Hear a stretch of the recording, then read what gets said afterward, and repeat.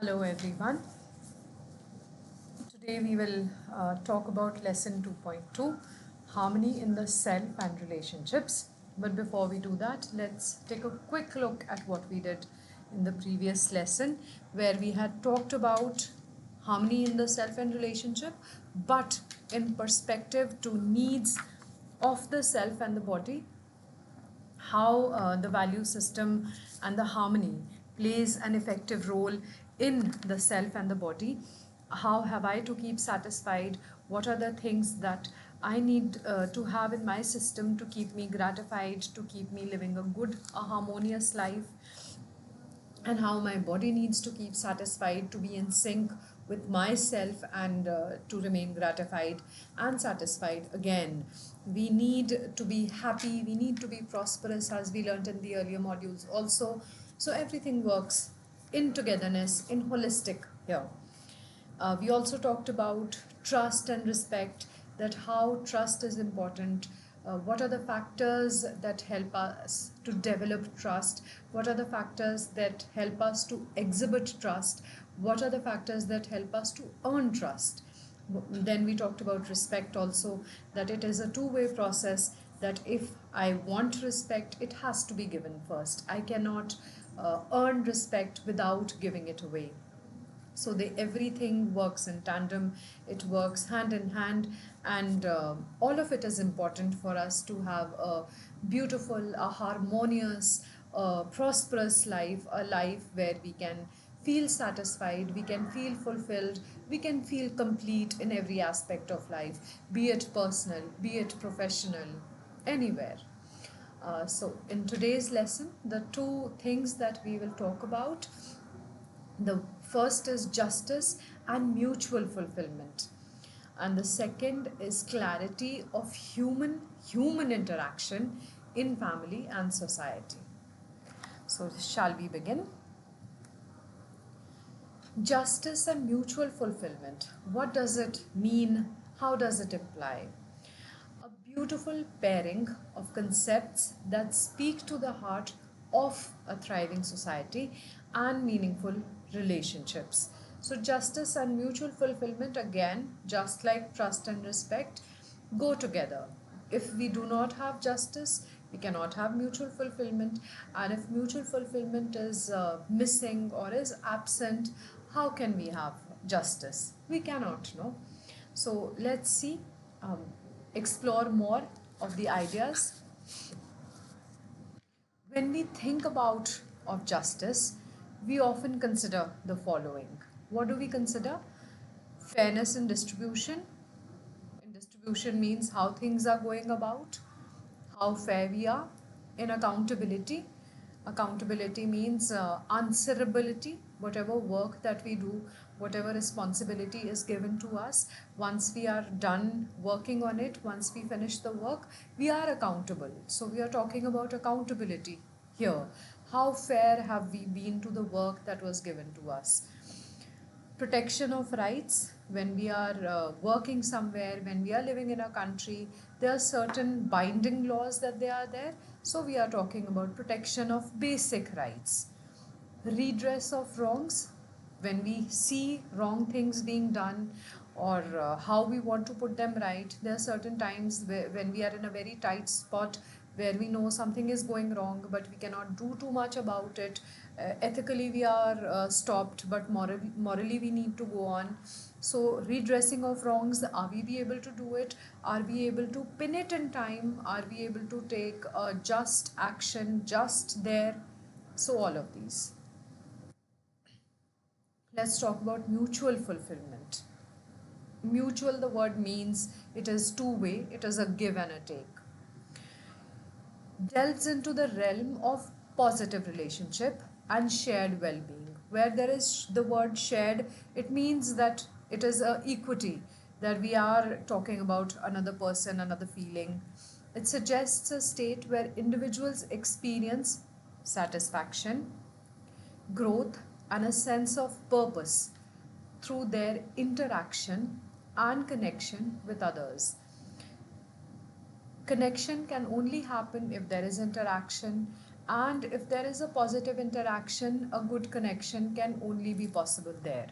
So when we are talking about mutual fulfillment, where we are feeling satisfied, where we are talking about feeling just enough, it is that kind of a feeling. So when it is balance, a complete balance of give and take, there it makes sense. So let us look into what are the key factors or the key aspects of mutual fulfillment. They include reciprocity. Reciprocity means give and take. Yeah, like these days, even children are smarter. They will only do something if you are giving them something. Yeah, so it is a barter system. Shared values and goals, to in order to achieve something, and in order to get to some place or acquire something, we need help all the time. It has to be aided from outside. We need to seek help whether or not we are comfortable, but we do, because it is only then that we prosper.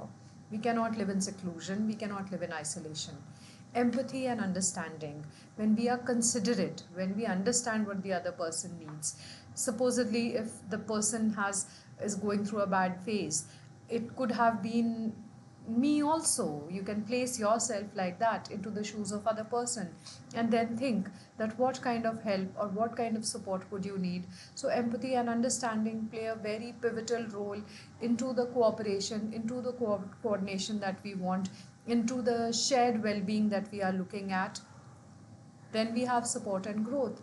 So earlier we said that it is a shared well-being. Unless everything works together, everything is in balance. If we don't support, we do not get support. If we do not grow, can we let the other person grow, or vice versa? So it has to be continuous, it has to be together. Now, when we bring these two ideas together, justice and mutual fulfillment, we begin to see a very powerful synergy. Synergy means a very powerful combination, something which brings about great change. A just society provides the foundation upon which mutual fulfillment can flourish, on which it can grow. When systems are fair and equitable, individuals are more likely to trust each other, cooperate, and build meaningful connections.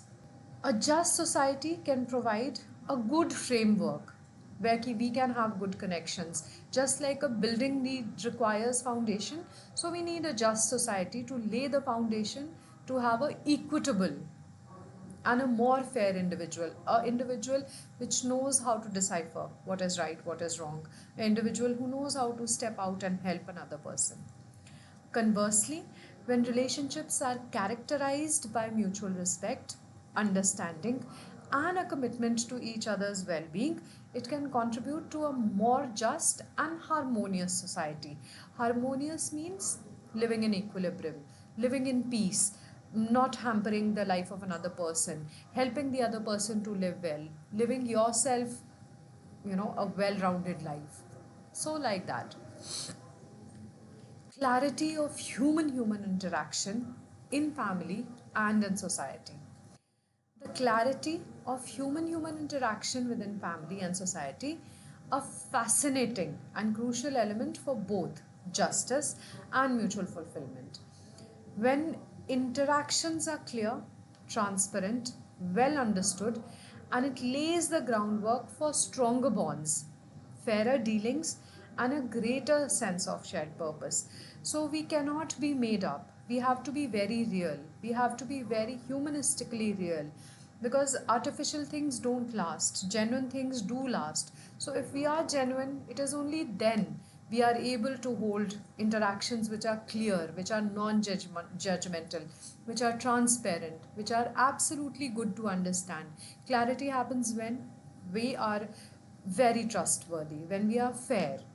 So all that matters. So clarity cannot happen if we are selfish.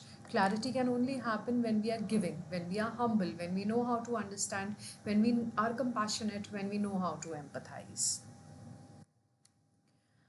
Let's break down clarity, which might, take a look into two spheres of life in the family and in the society. Family is something which is very close and very narrow. So we need to be very clear about our thoughts, about our feelings, about our needs, about our behaviors. Let's talk, for instance, a small baby in the house who've just learned how to talk. If he or she doesn't say that they are feeling hungry, will they ever get fed? Or will they be fed at the right time? So it has to be very clear, like in with us and our parents also. When you do not cooperate and coordinate well with your parent, will they be able to understand what you need, or how you want to steer your life through, or what your basic requirement is? We will have to put it across very clearly. So is it with the parents. If they want to put out a framework for you, a deciding factor of how you have to live within the house, of how you have to behave, then they have to be very clear. The communication has to be very clear. The communication has to be very transparent. It has to be correctly understood by both the sides. In the society, when we talk, society is a large cloud. Whether we are studying, whether we are working, whether we are socializing, so it is a very large spectrum. Again, there, where there is trust, where there is respect, where we know how to manage our feelings, where we know how to manage our values, where we are very transparent, where we are very clear, we cannot falter. Relationships do not go wrong, nothing goes wrong. All of us tend to progress, all of us tend to lead a good life when we have all of these factors which encompass everything that we want to do in our lives, what we want to say, how we want to treat the other person, vis-a-vis how we want to be treated ourselves. When clarity is present in a family, it fosters or it brings about stronger emotional bonds. We feel more connected, reduces conflict and misunderstanding. There is no space for misunderstanding, but because we've put our point of view very clearly to the other person in the family. Increased support and empathy. They will understand what you want, the phase that you're going through, what your ultimate goal is.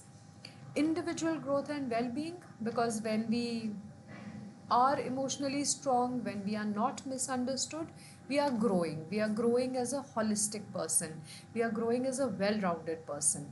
A sense of justice, that nothing unfair is happening. Everything that is playing a pivotal role in your family bonds is fair and is equitable for everyone in the house.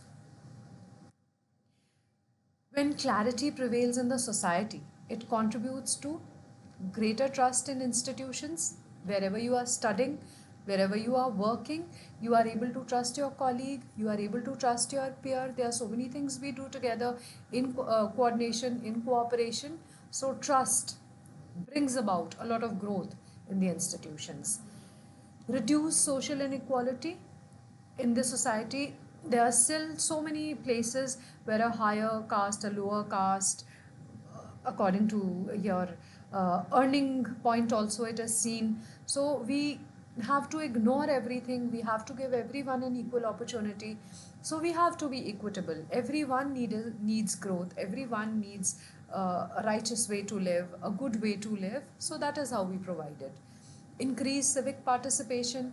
Till the time we don't have discernment, we cannot decide what is right and wrong, what is good for the environment around us. Even the environment plays a good civic part in our life, doesn't it? Enhanced social cohesion, how we live in the society, how we bond with the society, what benefits we can give to the society, and what benefits us from the society. It has to be all in a balance. A stronger sense of justice. Justice has to be everywhere. We are living in a country which has a very good legal system in place, but for that legal system to work, we as a single unit or we as a nuclear place has to be justifiable, because from smaller steps can we achieve greater heights. So with that, we finish the lesson, but we will still go on to see that justice and mutual fulfillment brings about such a lot of change, such a lot of character building into us. Then when we are clear about how we are interacting with each other, when we are transparent, it is only then that both the parties are benefited. I'm sure all of us find that important, and all of us are going to introspect and think and live well. Thank you.